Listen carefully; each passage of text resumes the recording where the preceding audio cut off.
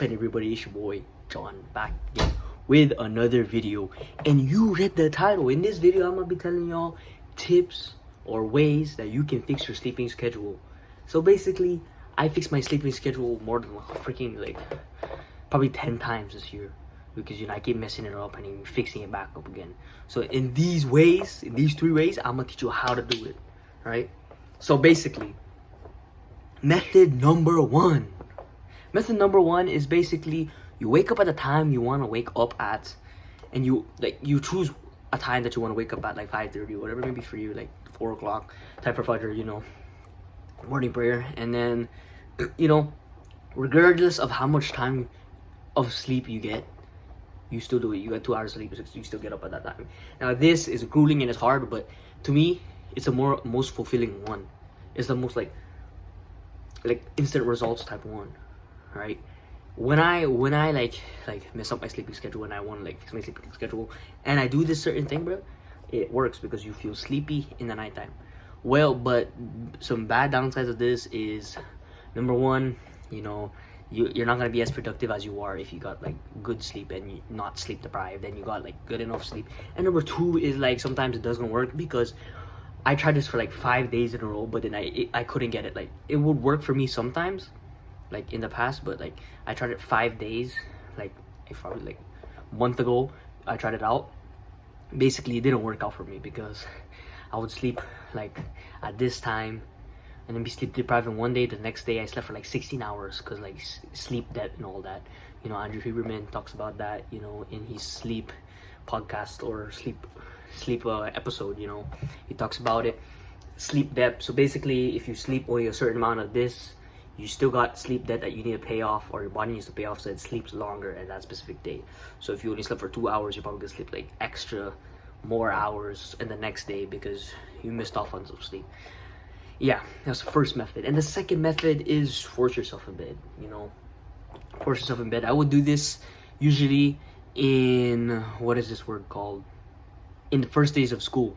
First days of school when I was a kid, I tried this out because I didn't want to fix my sleeping schedule before school started, so I had to force myself in bed, because if my mom and dad saw me up, they'll spank my butt, right? So basically, I'll force myself in bed and I'll just look at this freaking sky, imagine some things, reflect on my life, and focus on my breathing, so technically meditating, until I just get bored of hell and my body just goes to sleep on its own.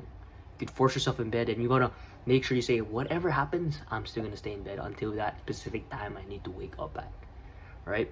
And the third method, guys, is gonna be slowly pull your back to sleep. This is the most effective way that people can do it, but it's not gonna be fast. It's gonna take a while to do it, probably 2 weeks. So basically, pretty much, method number 3 is basically common sense, basically. So let's just say, for example, you want to sleep at 5:30, or you want to sleep at 8 o'clock, and usually they say you sleep at 8, you want to sleep at 8 o'clock, but then you usually sleep at 12. So tomorrow, try to go to sleep at 30 minutes before that, then 30 minutes before that, and 30 minutes before that, until you finally get to the certain time you want, right? Basically, you want to pull it back and pull it back and pull it back until you finally get back to that certain thing. And the number one advice that I would give is, make sure your sleeping schedule is something that you would want to set for your entire day. Because Andrew Huberman said, right, in his podcast, it's not about how much sleep you get, but the consistency of your sleep. So what does that mean? That means that the person that sleeps at 3 a.m. every single day and wakes up at the same time every single day is pretty much better than the person who sleeps at let's say 6 o'clock sometimes, then 8 o'clock sometimes, and 10 o'clock next time. It's all over the place. Consistency is the best. And Prophet Muhammad, peace be upon him, said, what habits are most precious to Allah subhanahu wa ta'ala? And he said, those habits that are done consistently, right? So if you have a consistent sleeping schedule, according to science, it's more better, right? And according to what's it called, Prophet Muhammad, peace be upon him, so you get best of the two worlds, right? You're hitting two birds with one stone. And consistency is important because it's through routine. If you do something routinely, then it's gonna be there forever. Just like if your routine is a bad habit, it's gonna be hard to break. But if your routine is like a sleeping schedule that is like, you know, you're used to, then it's gonna be good already. Because like, make this thing like not too severe. Let's say like you sleep at 6 o'clock. Like, come on, bro, you're really gonna sleep at 6 o'clock every freaking day? If you have no life, no family to hang out with, or people to talk to, and you're gonna sleep at like 6 and probably wake up at like 3 or something like that, then go on ahead. But that's too extreme in my opinion, and I'm just keeping it real, right? But if your sleeping schedule is too far at 3 a.m, you can't really choose that, because like I said, you gotta pick the one, not an extreme of one another. Let's say you, but I need to sleep at 3 a.m, you know, fair enough if you have like night shift or this and that, whatever it may be. But you know, you have to sleep at that time because it, like, that's aligning with your day and stuff, then go on ahead. But like, most likely you're not gonna have that, right? Most likely people are gonna wake up early for their job, or wake up early to prepare for work, whatever it may be. You gotta make it realistic. So don't be lying to yourself, coping and making up these random things for you to just sleep late because you're too lazy to go to bed, or you just want to wake up late. And trying to think of other things that I remember. Oh, but basically, you know, a hot shower, it actually it somewhat helps.